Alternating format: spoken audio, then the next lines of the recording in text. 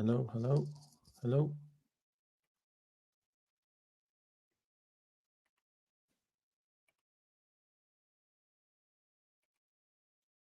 Hello, hello, hello.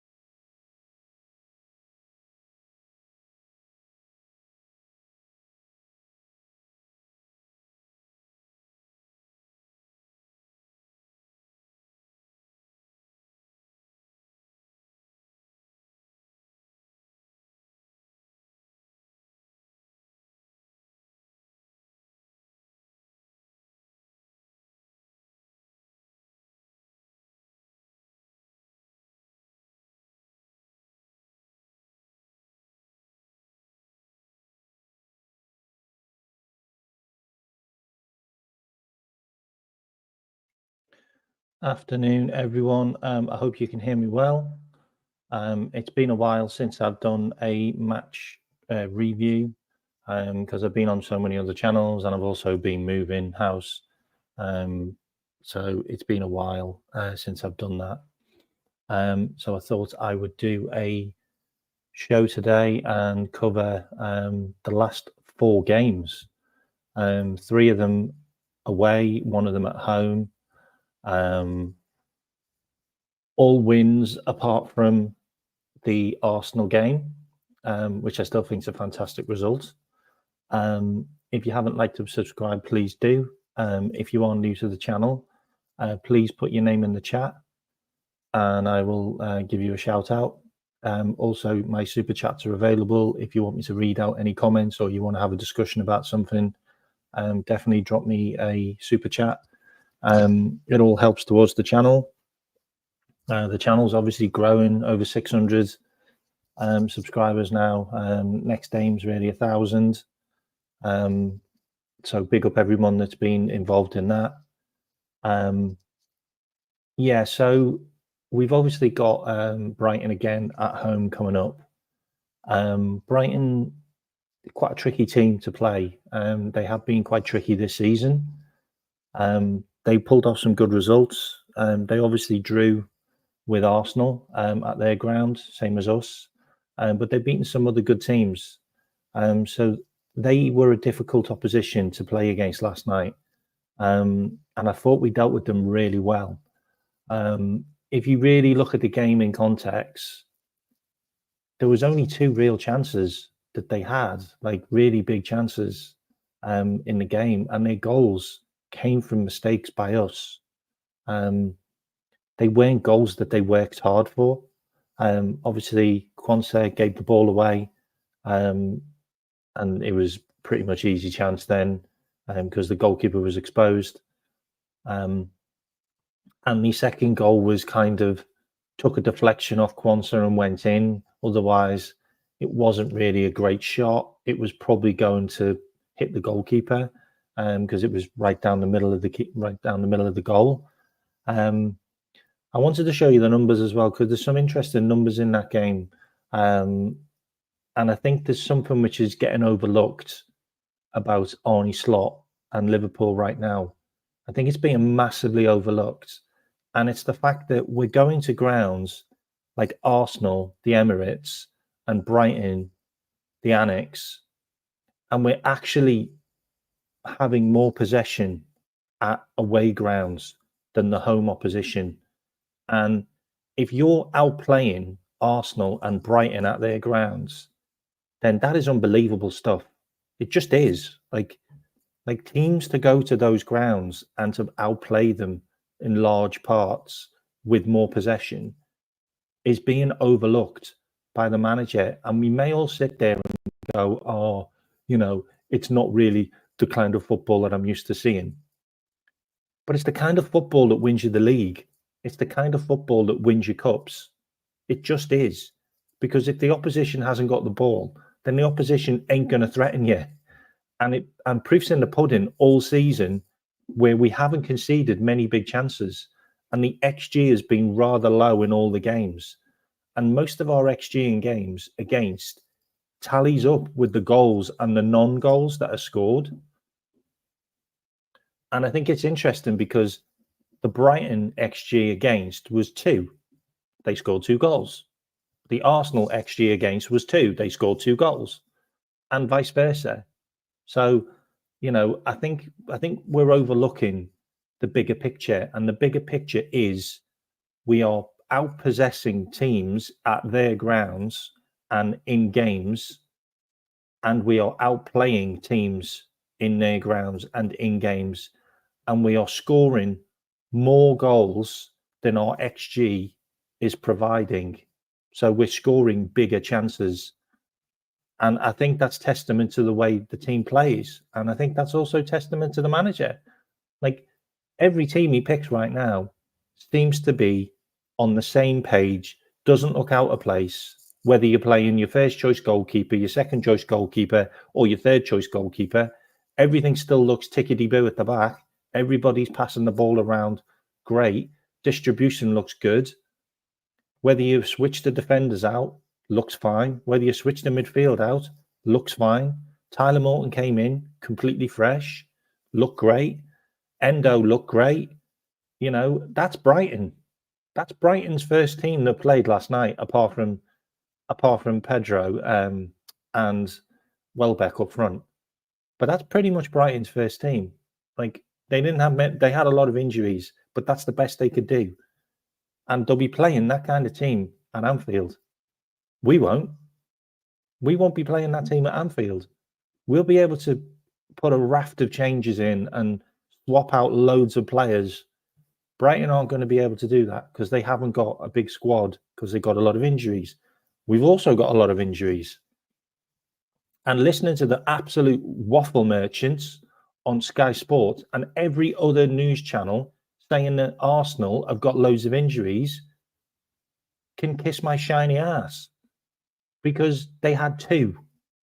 They had 2 injuries. We had 5.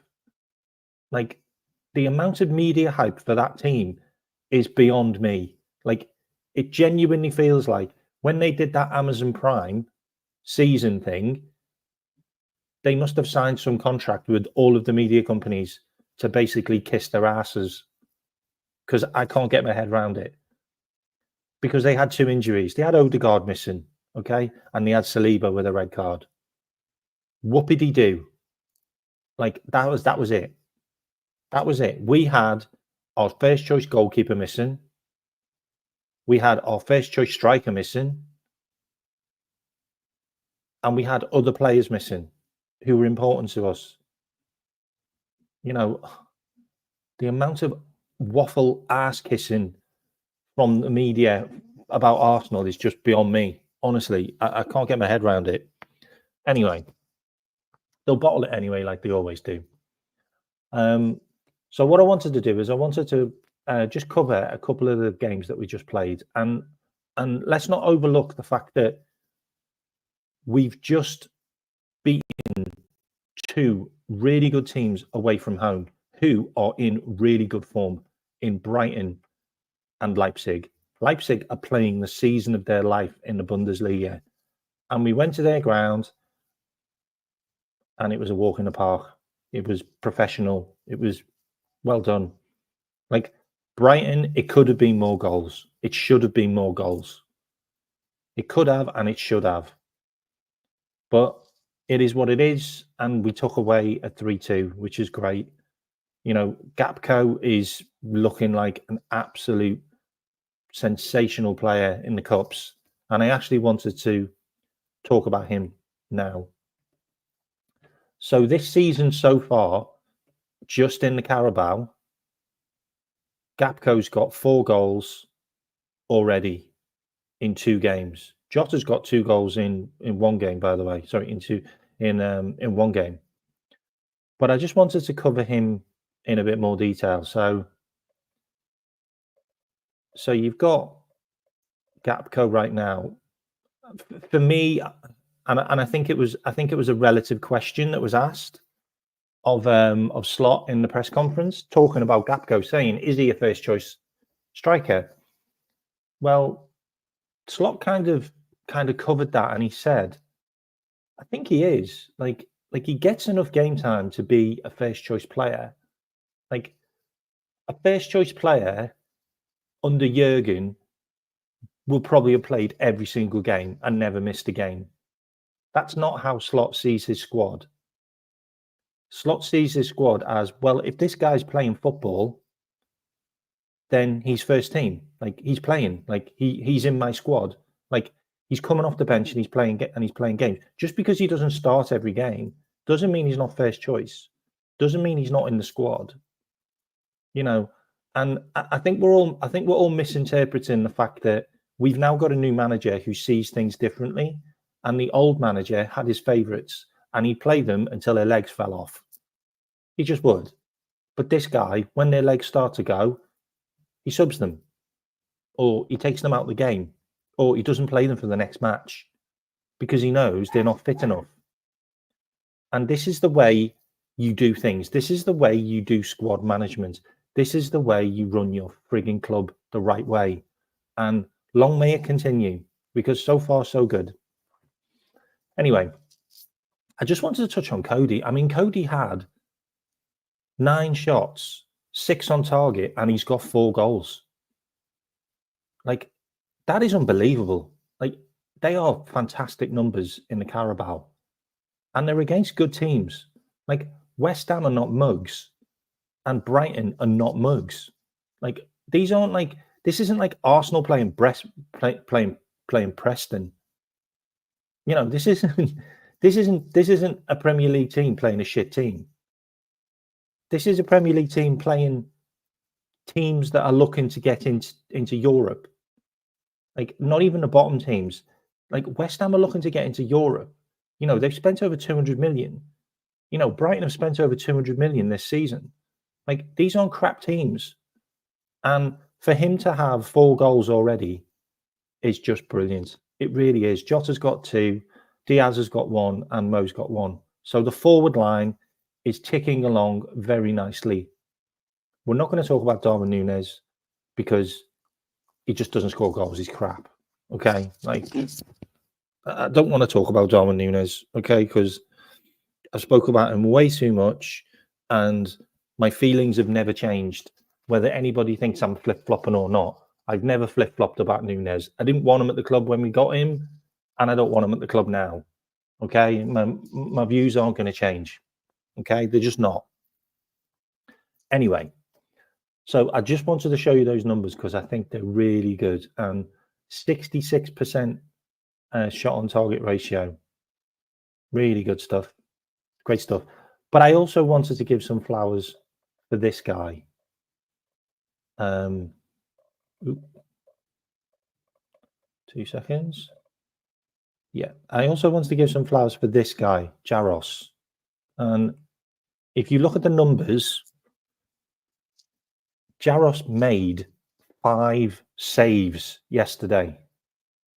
5 saves out of 7 on target. Like, they had 19 shots on target, Brighton. Like, okay, a lot of them weren't amazing shots, but one of them was. And if you're asking me right now, Jaroš's save was better than Raya's save. All ends up. Jaroš's save last night was better than Raya's save. So can we all stop munching on Arsenal's arse? Because that was a better save than Raya's. He was heading the opposite direction when the header came in, and he had to move onto his other foot and propel himself across and tip that one wide onto the post. It was an unbelievable save. It just was. And it wasn't the only one. He pulled off a point-blank save. This is the kind of caliber of goalkeeper we have at Liverpool.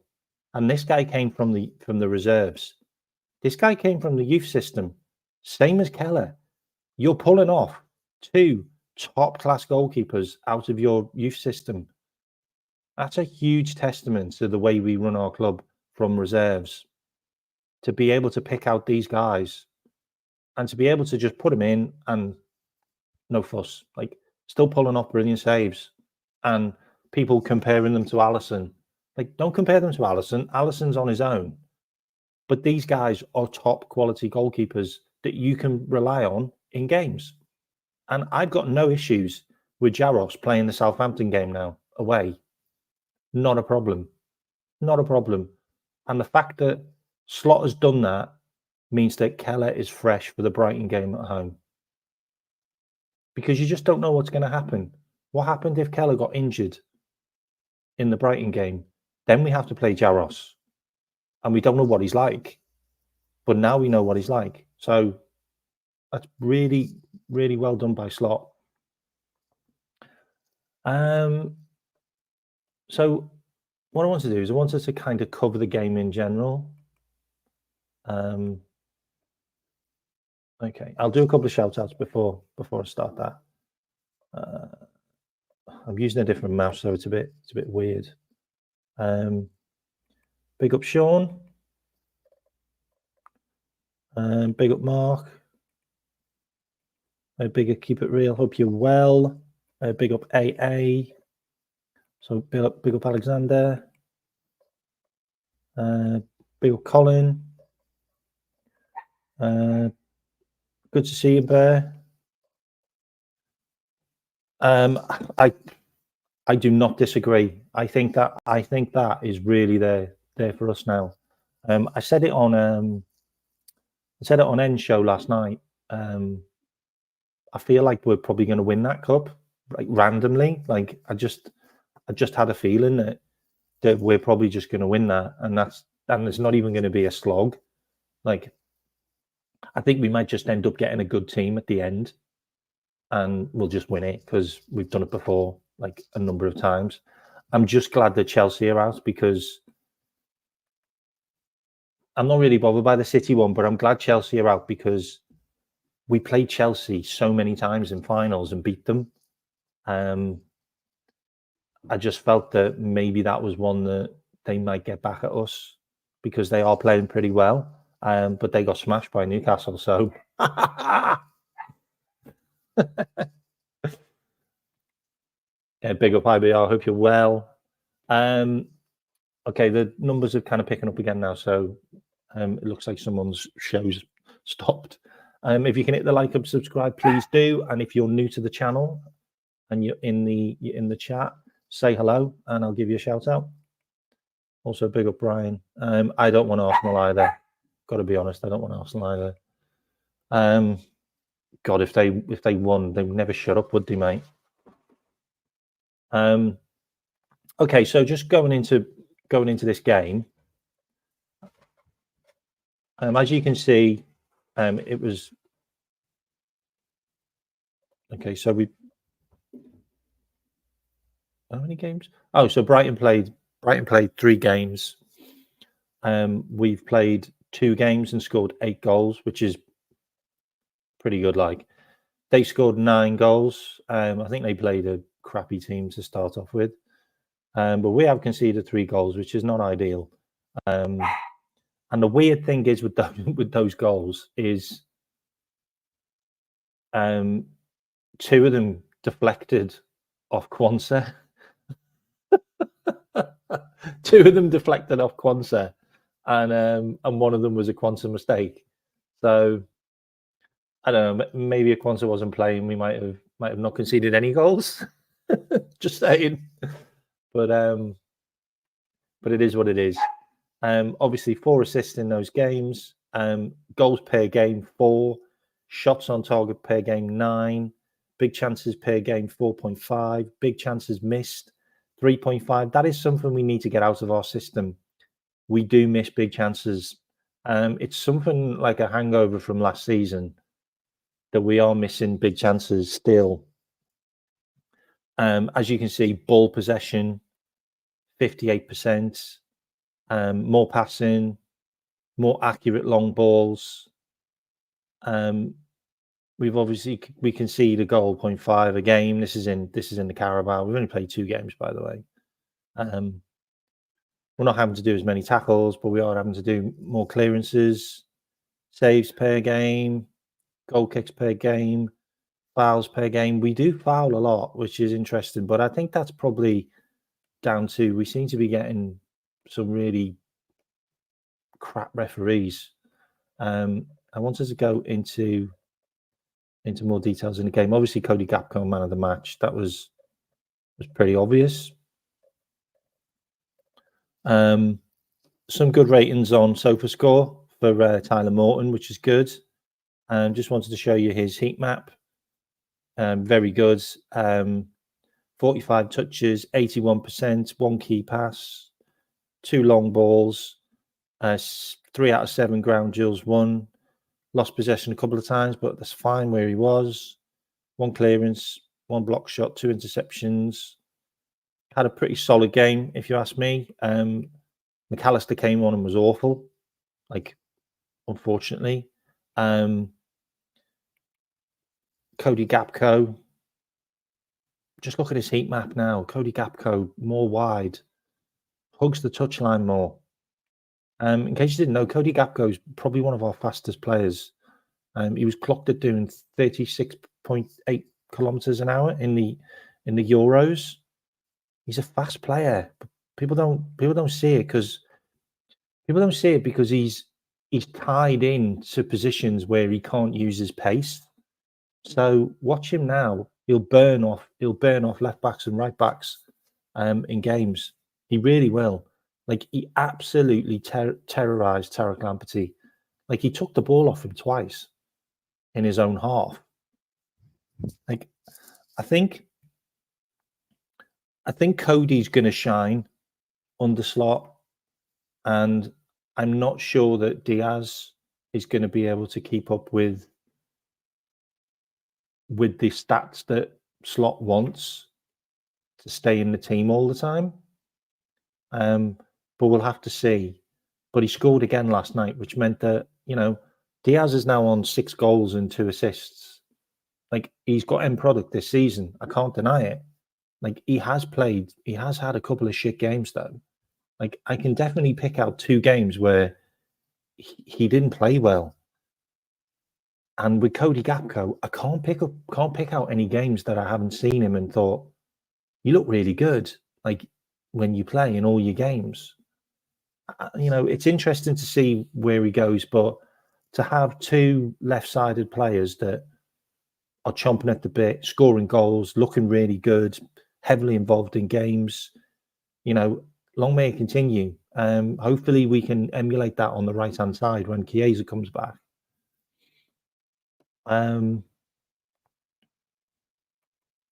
He does. You're absolutely right. He does score when he comes off the bench as well. It's a fair point. Going to do a couple more shout outs as well. Who's just come in? Hey, big up Cloppish, sorry. Also big up Bonkers LFC. That's everyone. Okay, so obviously Adingra had a really good game. I mean, he absolutely terrorized Conor Bradley in that game. I thought Conor Bradley stood up well on his own. He looks like a good player, Adingra, I've got to be honest. It was a great finish as well to score. There's not a lot of players that could have scored that goal. He hit it with the front of his boot. It was a good goal. I mean, Wataru Endo, we could cover him a bit because he had a great game for me.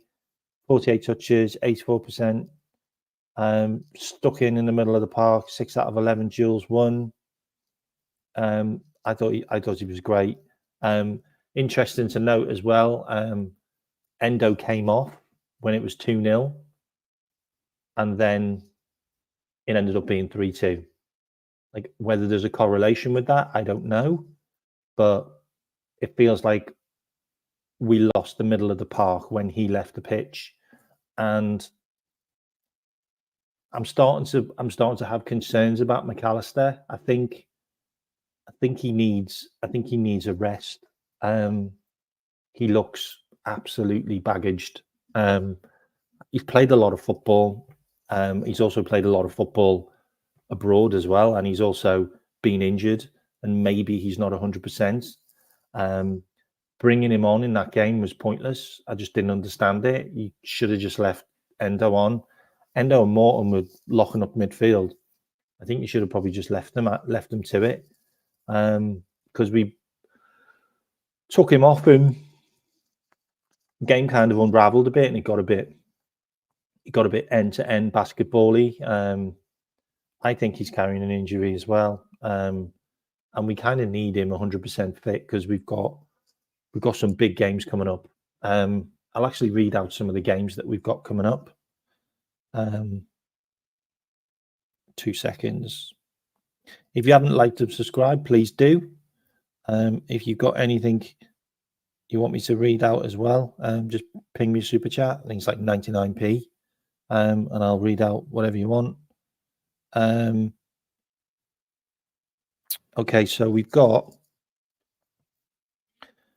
Brighton at home on Saturday, which is a 3 o'clock kickoff.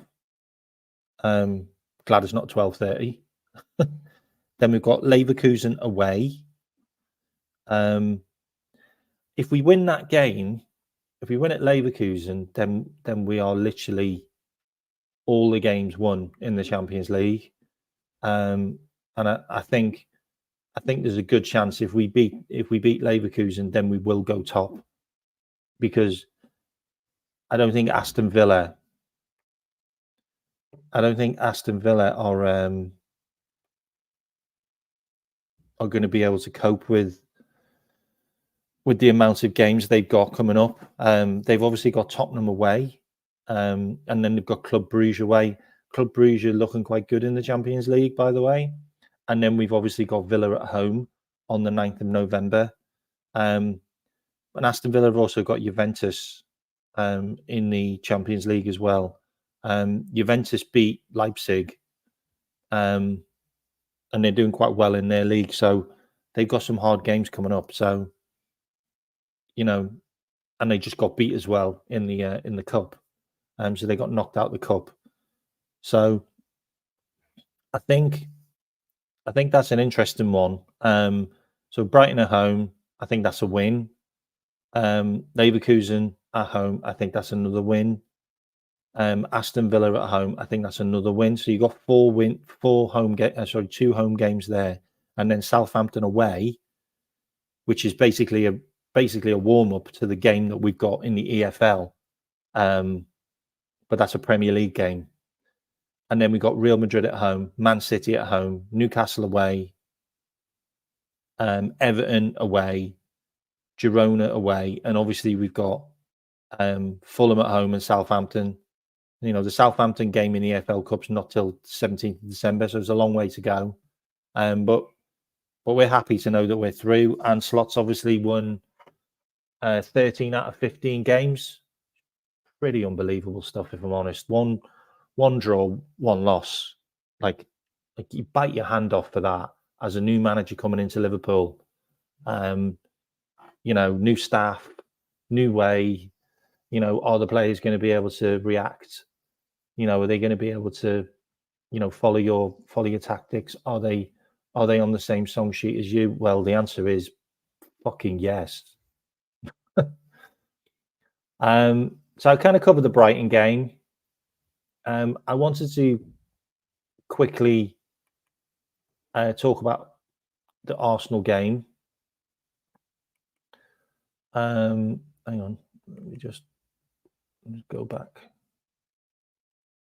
I think this has been a bit understated, this game against Arsenal. I mean, if you look at the game in the full context, where is it? Yeah, so we had more possession at the Emirates than Arsenal. Okay, so we had the ball 10% more than Arsenal did at their own ground, and we did the same with Brighton. Like Slot was asked about, how come you're winning games away? Like, is there some kind of secret formula?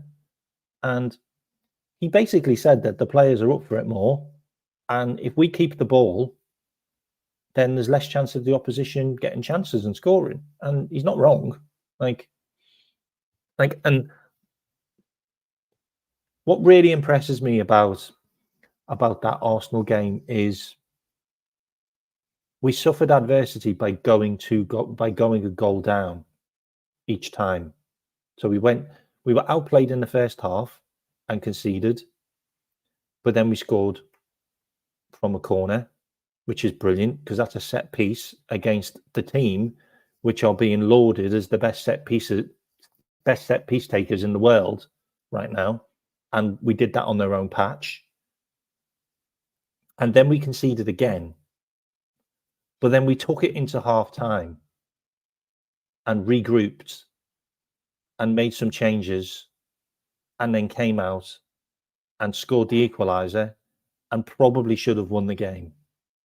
Like, I think we could have gone for that more, but then you may leave yourself open for them to score and then you've lost the game.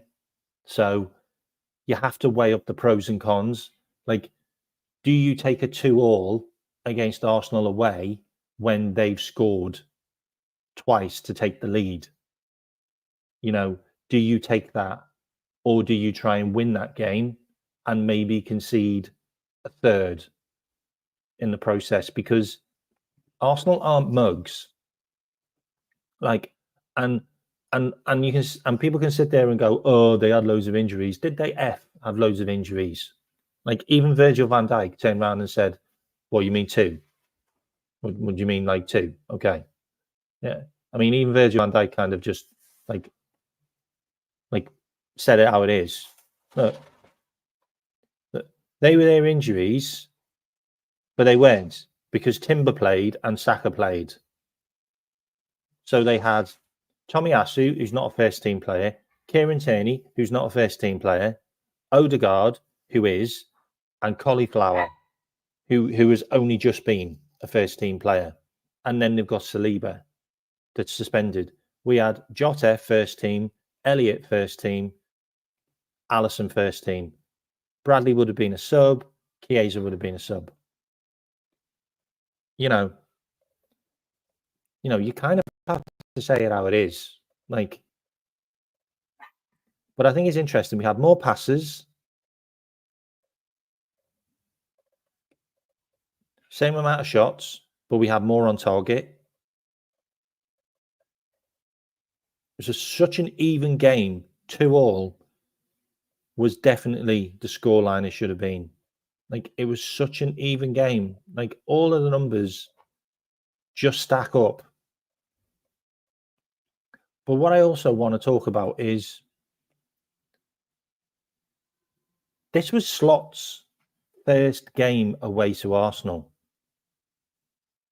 Okay? Arteta has had Arsenal for like 4 years. I think it's like 5 years. Is it 5 years or 4 years? 4 seasons, or is it 4 seasons or 5 seasons? Arteta's had Arsenal for a long, long time. So he knows his team and he knows his players. This was Slot's first game against Arsenal at their ground. And he had more possession, more passes, more chances. Make no bones about it. This was a huge statement of intent on how good this manager can be. To go away to Arsenal and get that result. And he probably could have won the game, if I'm honest. May well win the game next time. But to get a point at one of your contenders, that's no mean feat. That is a good result for us. And for everyone to be upset about it and talk all the nonsense that they have and the fume that there was, I think you need to have a bit of a reality check, because Arsenal finished above us twice in the last 2 seasons. They finished above us. We didn't finish above them. They finished above us. And guess who's above them now? By 5 points. Sorry, 4 points. We are. Telling you. Take that as a huge positive. Because at Anfield, when there's 2 games to go, when there's 2 games to go at the end of the season, that game could win us the league. And that point could make a huge, huge difference, because they have to come to us and they have to outplay us at our ground. And I'm sorry, they haven't done that in a long, long time. I think the last time they did that, I was there and I watched Thierry Henry turn Carragher into minced beef and score 2 unbelievable goals. So let's just wait and see for that one. But I think that was a great point. It was a great point. Yeah, I know. Sorry, my dog wants to get involved. There's loads and loads of stuff in the chat. Hang on, let me just whiz through a few things. What are my thoughts on Gary Neville's commentary? You know what? I just do not understand why Gary Neville is still doing commentary for Liverpool. Like make that make sense. Like, make that make sense why Gary Neville's still talking about Liverpool. Like, why can't he do Manchester United channel commentaries? Why does Carragher have to do Man United ones and Neville does Liverpool ones? He's got nothing good to say. Like, he's got this mad narrative about Trent all the time. All the time he talks about Trent, and now he started digging on Virgil. Like, are you serious, Neville? Are you serious? Like, why don't you have a go at Robbo, who's been absolute garbage for God knows how long? Have a go about him. Like, why don't you work out some comparisons to how you were for the last 2 years of your career at Manchester United and Robertson right now? Because you're looking like the same type of player. Like,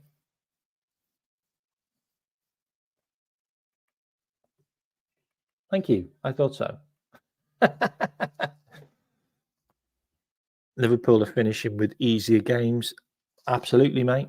Absolutely. Absolutely. What's that? I thought it was higher than the summer. Yeah.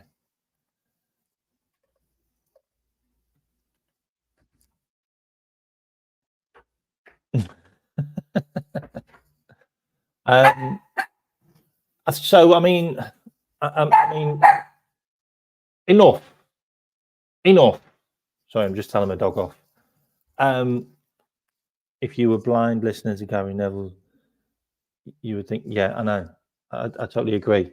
There's 25 of you in here. If you want to hit the like and subscribe, please do. And if you're new, pop your name in the channel and we'll all say hello to you. That'd be great.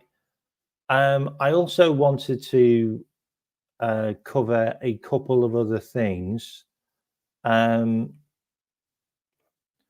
Obviously, the Lepzig game was one which was interesting.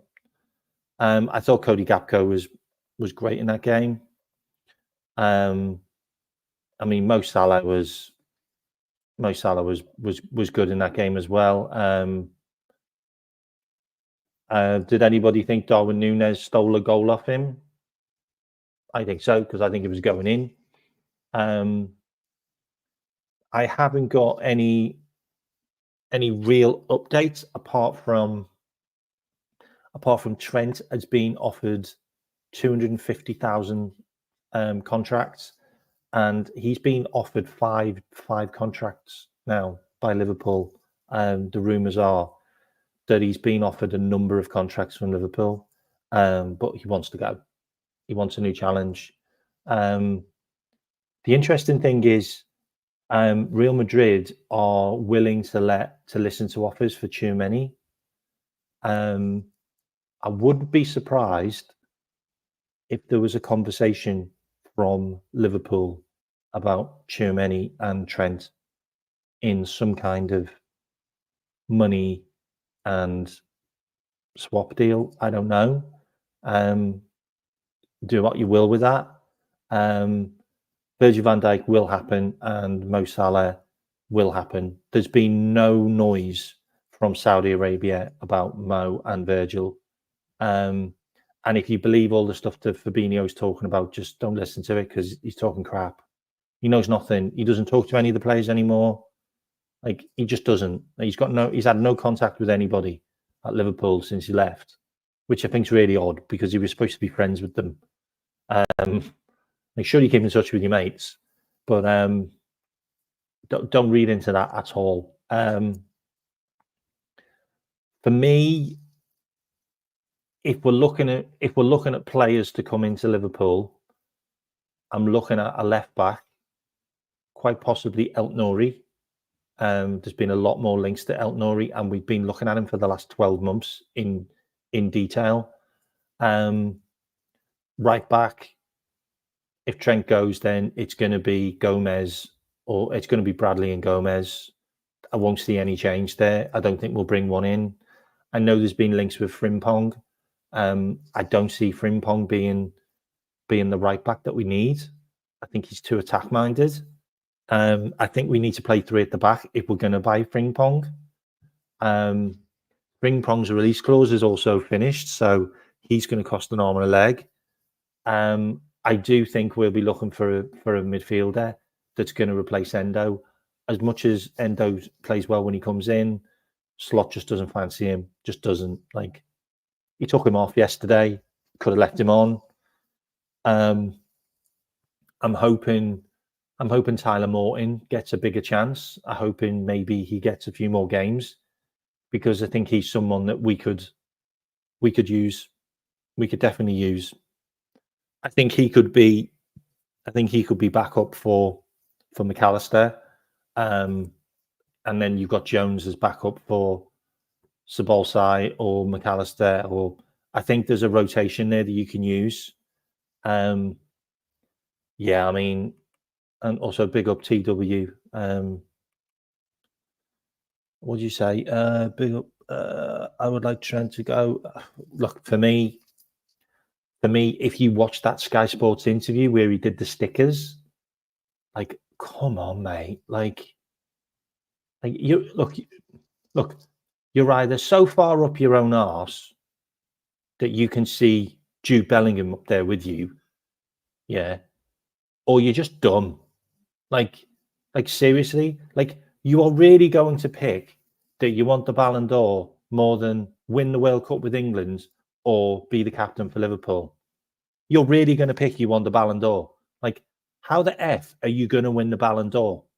Like, you don't score 20 goals a season and you don't get 20 assists a season. Like, and if you did, where are those assists going? They're going to a goal scorer, and the goal scorer is going to get the Ballon d'Or. So if we win the Premier League and the Champions League, and you provide those assists, it's going to be the striker that wins the Ballon d'Or because he's the one that scored the goals. They just make it make sense, because you're not going to win it for defending, because this season you haven't been that great, and you're not going to win it for passing because this season you haven't been that great.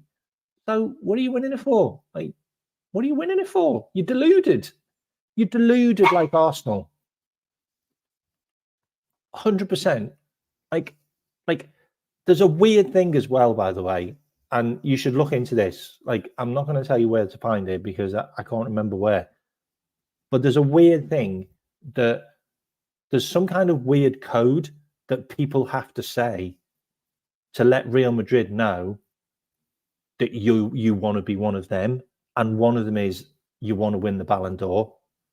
So when players come out saying they want to win the Ballon d'Or, it means come and get me, Real Madrid. And what makes me laugh is Vinicius Jr. didn't win it, and the whole world fumes. Like, are you trying to tell me? Like, I'm not a Manchester City fan, but Rodri deserves to win the Ballon d'Or. Like, that is just a fact. Like Rodri probably should have won the Ballon d'Or last year as well. Like, I don't like Manchester City, but Rodri is the best player in the world. Like, that is just a fact. Like, it is just a fact that he is the greatest player in the world right now. Like, Manchester City are a shadow of the team they are when he plays in the middle of the park. Like, that is just a fact. So for him not to win the Ballon d'Or, he would have been robbed, if you ask me, because I'm pretty sure Darwin Núñez got more GA than Vinicius Jr. And lots of us want Darwin Núñez sold. So what are we saying? Mo Salah got more GA than Vinicius Jr. last season. And Mo Salah had one of his worst seasons. Like, and the guy didn't turn up. Like he's an ass. He's an absolute ass. Like, Virgil van Dijk knew he wasn't winning the Ballon d'Or, and he still turned up and finished second when he should have won it. Like, you know, players have a bit of respect. Like we may well have dodged the bullet by not getting this guy as well. Like, I do like Vinny Jr., but we may well have dodged the bullet by not actually going for this guy, because he does look like he's trouble. Trent's got to play as a proper right back when he goes to Real Madrid, because no one's defending in that team. Like, no one's defending. Like, Danny Carvajal does a lot of defending. Like, the interview with the stickers. Oh my God, it was embarrassing. Did you see Harriet? Harriet, who was presenting it, didn't know what to do when he picked it. She was like, "Didn't you say you wanted to be captain for Liverpool?" And he was like, "Yeah, I've already been captain." Like, seriously? Like, Joe Gomez has been captain. Like Andy Robinson's been captain. Like, McAllister's been captain. Like, just because you're wearing the armband because there's no captain in the team and he's left the pitch or he's not playing, doesn't mean you're captain. Like, being captain for Liverpool means you are Virgil van Dijk. Like, if we win a cup, you are lifting the cup. Like, you haven't done that, Trent. And that's what I thought you wanted to do. I thought you wanted to do what Henderson did and Steven Gerrard did and Virgil van Dijk has already done.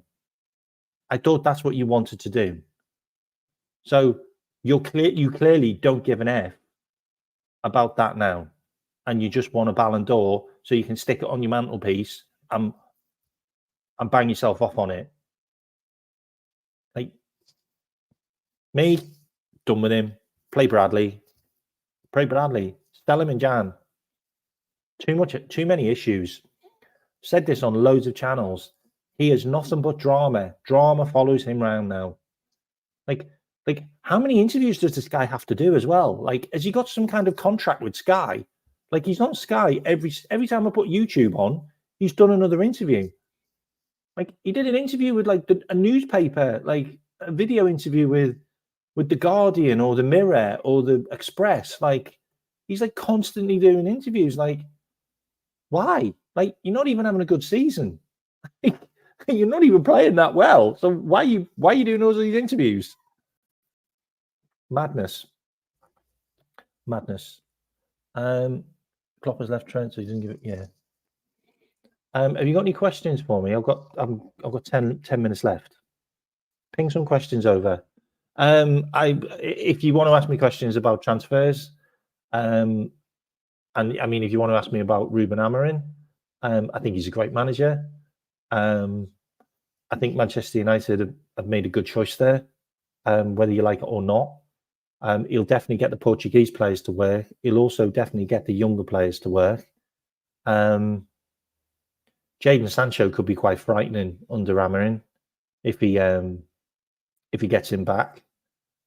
The thing about Amorim though as well is, and all of the Man United fans can just shut up because we turned him down. We rejected him. We rejected his demands. West Ham rejected him, and also there was another, Manchester City rejected him as well. So this wasn't a case of, oh, he rejected us. No, we rejected him. His wage demands were ridiculous. He wanted like 10 million, and his release fee was like 9.5 million or something. He's going to cost Manchester United 30 million, by the way. His wages are going to cost 20 million, and the release fee is going to cost 10 million. It's 30 million for a manager before he's even done anything for you. It's a lot of money. It's a lot of money. We weighed up the pros and cons, and we looked at Slot, we looked at Amorim, we looked at Alonso. Alonso was first choice. He decided to stay. We moved on, and we were looking at Amorim and Slot, and we decided to go for Slot. And so far, so good. Looks like the best guy we could have got. Yeah, Mickey van der Ven. I think Mickey van der Ven's a great player, by the way. I was waxing lyrical about him last season.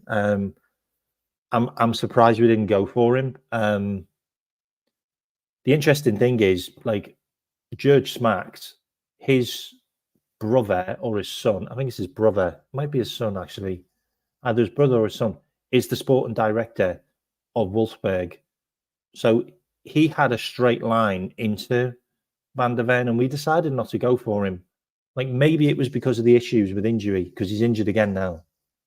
Like, maybe it's because of the issues with injury. You know, you look at some of the players that we didn't go for, and you have to sit there and go, we made the right choice. Like, some of the players we didn't go for are now currently injured at clubs. So we can sit there and go, oh, we should have bought these. But in the long run, it looks like we've made the right decisions because these guys are injured a lot. And we haven't, I mean, you can sit there and talk about Chiesa, but Chiesa doesn't look like his injury. Chiesa just looks like he didn't get a preseason. He's not fit. Like, he needs to get fitter. And it's a bit of an indictment with Italian league, but it looks like he came to us and he was just savagely unfit, and he can't handle the rigors of the Premier League yet. So we'll see how that goes. Lenny Oro was one for exactly. I mean, Lenny Oro, Man United probably paid about 75 million for that guy in the end. You know, the money they paid for him is quite insane, and he played one game, and he's done. Like Timber, like everyone was talking about Timber. Like, why didn't Liverpool go and get Timber? Timber's always injured. Like, he's been out for a whole season. Like, we're making the right choices with some of these guys. Yeah, I think he's a good player as well, but he's injury prone. He's injured now.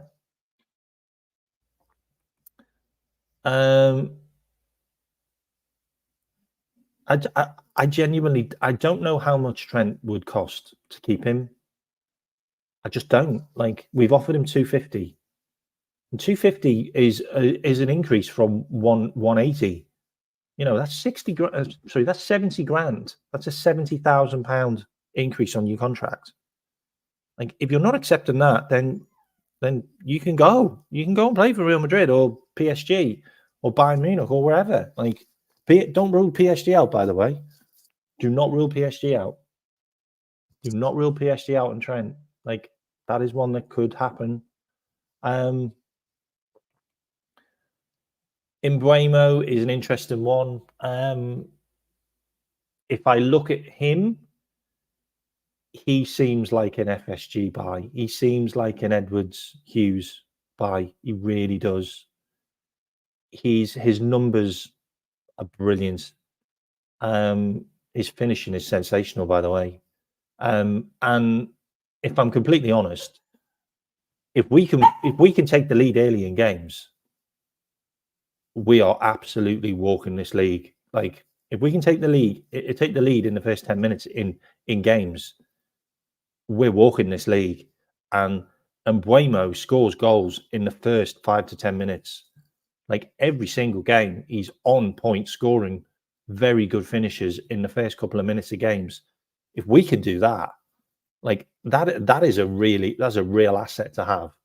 Like, a guy that can snap a chance up and score in the first couple of minutes. I mean, the opposition's like on their arse then. Like, game plan's out the window. They've got to change the way they play. And look how we play when we're in the lead. Like, we very rarely get pegged back. We very rarely get pegged back in any game this season. Like, all the games we've had to score, we've been the goal down to equalise. The opposition hasn't scored to beat us or to go ahead of us.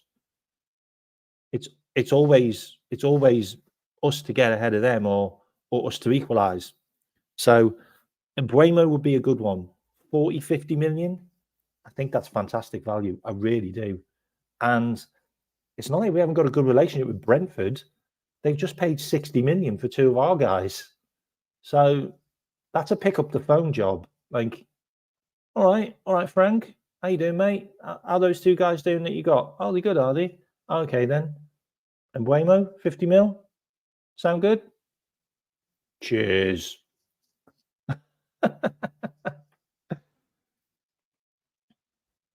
Oh, God. In that game, he never stayed on his feet. Like, how many times did he have to fall over to Slot actually came out and said in the interview, like, he actually swore, didn't he? You should watch it back. It's hilarious. He's basically saying they're just fucking falling all over the place. Like, and they're doing it when they've got the ball. So the ball goes back to them. Like, and the ref wasn't doing any. The ref wasn't blowing up, or he wasn't giving them a yellow card, or he wasn't sending them over to go on the touchline. He was just playing along with it. Anthony Taylor is just such a crap referee to have.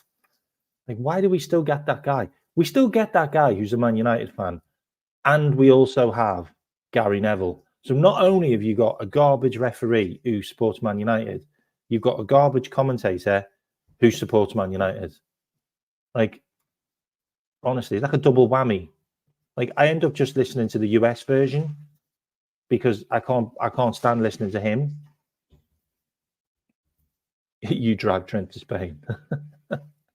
I think I'd probably want 30 to 50 million for Trent. I don't think if they came in with like 20 million, I don't think we should accept that. I think he's worth more. Like, I know he's only got like 6 months left on his contract, but it is Trent. Like, yeah, Mamouche looks like a good player. I think he's got 16 GA this season. There's only one player that's got more, and that's Goinkres. And I think Goinkres might actually go to Man United. He's got a 50 million release clause next year. So they might be able to activate it. There could be all kinds of stuff going on at that club that we don't know about, where players might be able to go with their manager. I don't know how that works. Mamouche looks a good player, but for me, like, if we're not moving Nunes on, then where's that guy going to play? Like, I don't know where the striker's going to play if Nunes is here. So if you keep a Nunes, then I wouldn't buy another guy. Like, I don't think you need them. Like, for me, like, I think Gakpo's going to get you 10, 15 goals. Diaz will get you 10, 15 goals. If you've got problems with the forward line up front, like directly like the number 9, like I feel like you could probably move Salah there and he'll probably get you 20 goals, 25 goals. Like, Salah's already on 7 goals this season. I think he's on 15 GA this season. I think he's got 6 or 7 goals. For me, like, you could move Salah into the 9. Like, we'd be fine. Like, he'd score a bag full still. I think Salah's probably our best finisher, like, this season. Like, Jota's missed quite a few. I think Salah's deadly. Like, actually, let me look at his numbers. Let me look at Salah's numbers while we're here.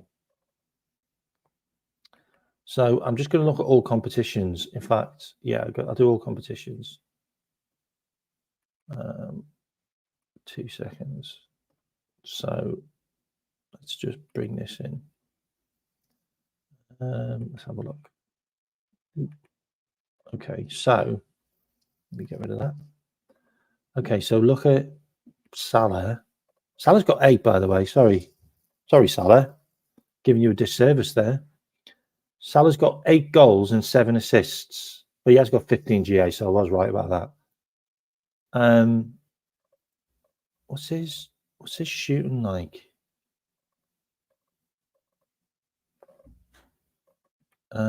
Salah's shooting.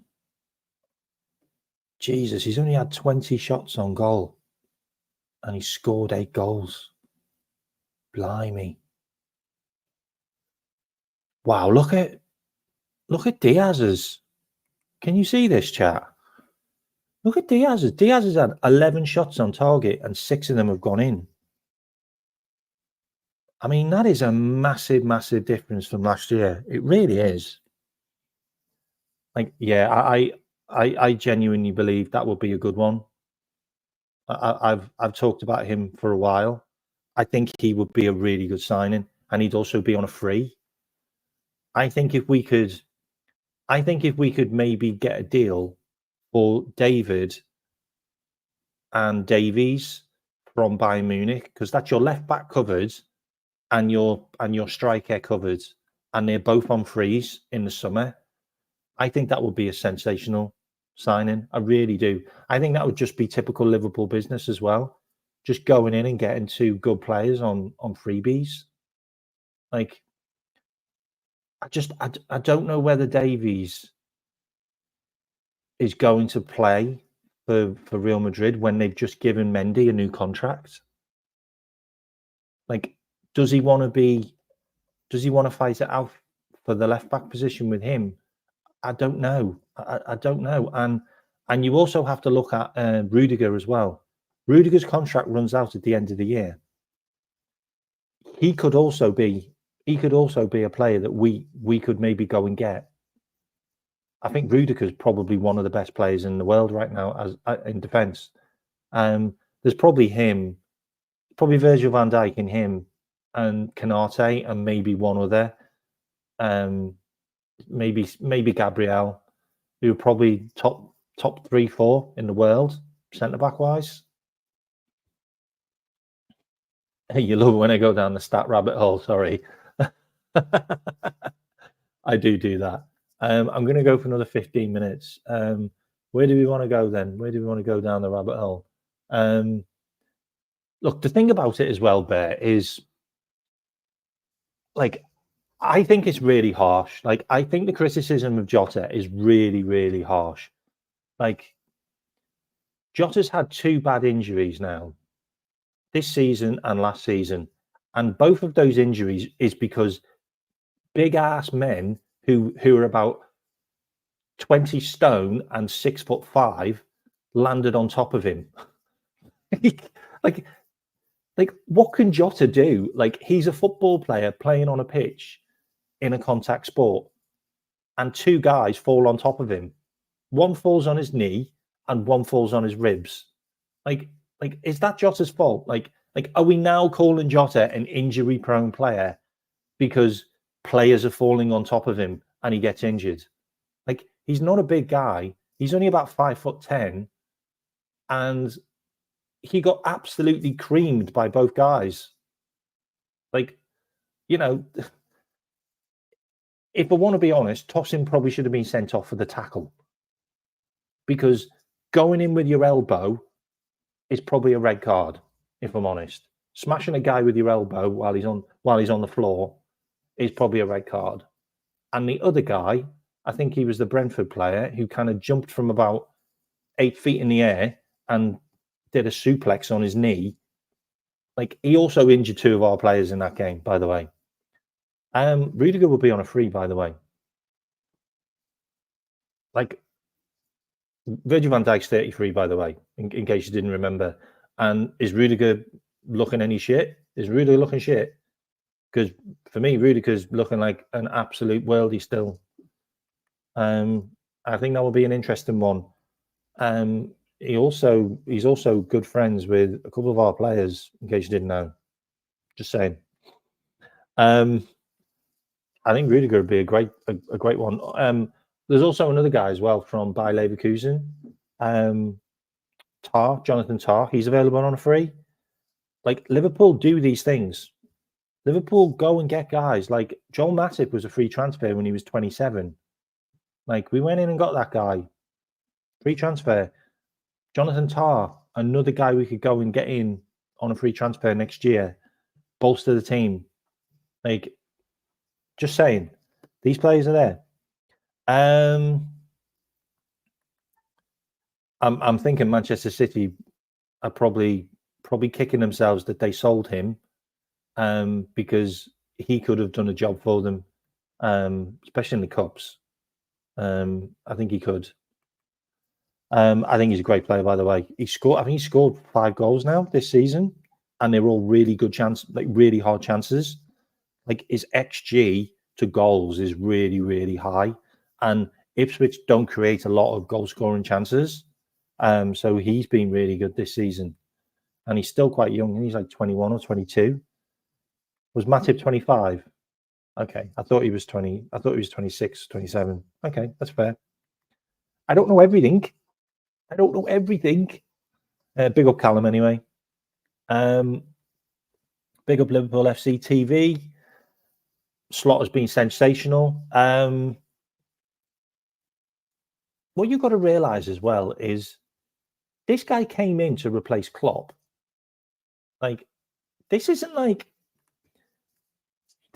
just coming in to replace a guy that's been shit and like a guy that's like ruined the team and bottom of the table and he's being sacked, which is how it normally works with managers. Like, Ruben Amorim's coming in to replace Ten Hag. So there's no expectations. Like, just be better than the guy who was there before, and he was shit. But Jurgen's been Jurgen for a long time, and we've been challenging on all fronts for everything, every single season under Jurgen. So for Slot to come in and to be able to win 13 out of 15 games and score, how many have we scored now? We've scored 25, 26, 27, 28, 29. We scored 30 goals and conceded 7 is unbelievable. And for people to sit there and go, oh, we haven't played anyone yet. Well, we played Chelsea, we played Arsenal, we played Brighton, and we played Lepzig. All top teams. And Manchester United away, who was supposed to be good. So, really? Like, we've also played Bournemouth, who beat Arsenal. We've also played Crystal Palace, who drew with some other good teams, including Chelsea. So we have played decent teams, and we have played teams that we played more teams in the top half than any other team in the league this season so far. But we haven't played anyone. And we also schooled Milan. 100%. Forgot about that one. Forgot about that one. And Milan are a good team. So I think Slot needs some flowers. I think Slot needs a bit more behind him. Like, I think we need to back our manager a bit more. I think there's a lot of our fan base that are still got some kind of weird PTSD that we're going to fall off and we're going to get loads of injuries and we're going to start playing shit and, like, you know, we're not playing gung-go. Oh, we're not trying to score the 5th goal when we're 3-0 up and we're just chilling out. Like, you know, doing the right thing, picking the right players, making the right substitutions, playing the right tactics. Like, I think what you want to be doing is you want to be winning games more than the entertainment value. Otherwise, we might as well be Arsenal and not win anything, but play pretty football. And I don't want us to be Arsenal. I want us to win stuff. Like, I think we're going to win the Carabao Cup. I think that's probably a gimme now because we beat West Ham comfortably. We beat Brighton comfortably. You know, we've got Southampton away for the next one. That should be decent. That should be easy enough. We're playing them away before that. So we should see how we get on against them before that anyway. And I think Southampton aren't going to be interested in the Cup because they're fighting for survival. Maybe we get Arsenal, maybe we get Newcastle, maybe we get Tottenham in the next round after Southampton. I don't know, but we'll see what happens. But then it will be the semi-final, and then it will be the final. So he might go full strength. I don't know. But so far, so good. Top of the Champions League, second in the league, and we're also in the quarterfinals for the Carabao Cup. Fucking hell, let's have a party. Like, it's November. We've got a couple of big games coming up. Roll on into the end of the year. I think we could be top of the table. I think this could be our year. And I said this way before anyone else on podcasts when Slot came in. And I said, I feel like we will win the league with Slot in his first season. And I feel like we may well have found our Paisley. And I went big on that. And I will hold my hand up and say, I went big on that because Jurgen built the foundations and the foundations are fucking solid. And we needed a guy that could stop our players from being injured and to play them in the right positions and to motivate them in the right games. And Slot has done that. And if we beat all the dross, we will win the league. Whether we lose to City, whether we lose to Tottenham, whether we lose to Chelsea away, if we beat the dross, we will win the league. And there's plenty of dross for us to beat. And right now, we haven't spent a effing penny. And we've got a window coming up where we could buy 2 or 3 because we'd have scouted them, because we'd have spent more time looking at players now, because Hughes and Edwards do not make rash decisions. They do not make rash decisions. When the world's falling around you and everything's blowing up and there's explosions everywhere, you've literally got Edwards sat there going, do I call the fire brigade? He doesn't make rash decisions. He just doesn't. That's just not our guy. And so far, so good. And let's see what happens. Let's see what happens. But are you behind that?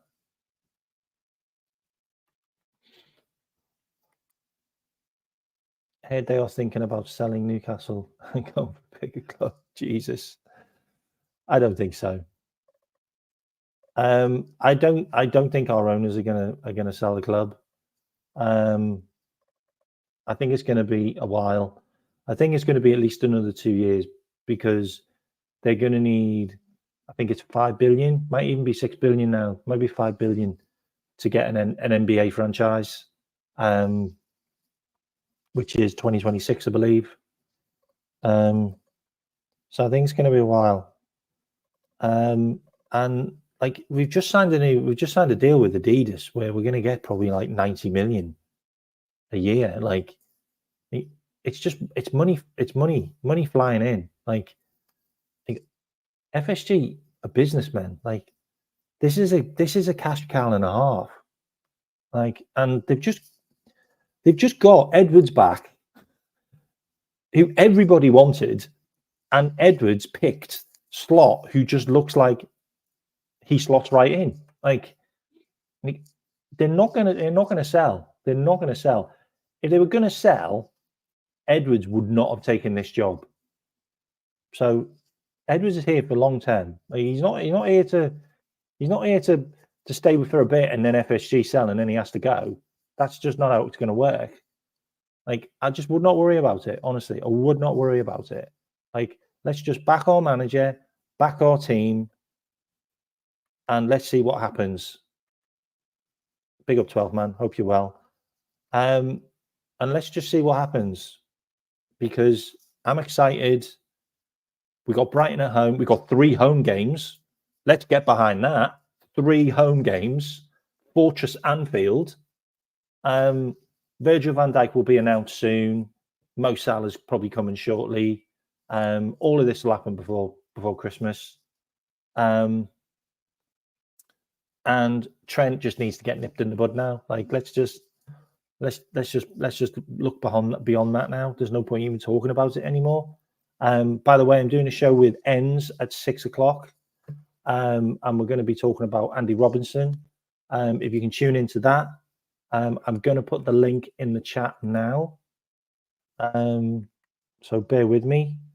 So once you finish this, just click on that, and then it'll take you to that when it starts, or I will put it in my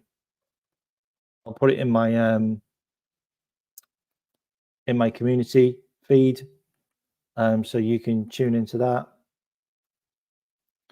When is it? He's got so many upcoming shows. Okay, he's got it here. Okay, so let me just share this link. Yeah, so if you can go and check that out, that'd be great. If you're new to the channel and you haven't subscribed, please do. I'm on the road to 700, and also, if you've got any comments to write, please put them in the comment section. If you want to send any super chats and support the channel, please do. StreamYard cost a friggin' fortune now, but I want to be here and I want to give you good content, and I hope you like me going down the rabbit holes. But I will see you later. Up the Reds. Yep, say raid. Say came at raid, please. Up the Reds, and I will catch you in the next couple of... In fact, I may do a show tomorrow where I do a preview to the Brighton game, but I don't know yet. But if I don't, I'll probably do a review. But catch me on End Show later, and I'll also be on Sam's channel tomorrow night, and probably many others, depending on what I do. Okay, but big up everyone. Love you all, fans. I'll see you. I'm out of here.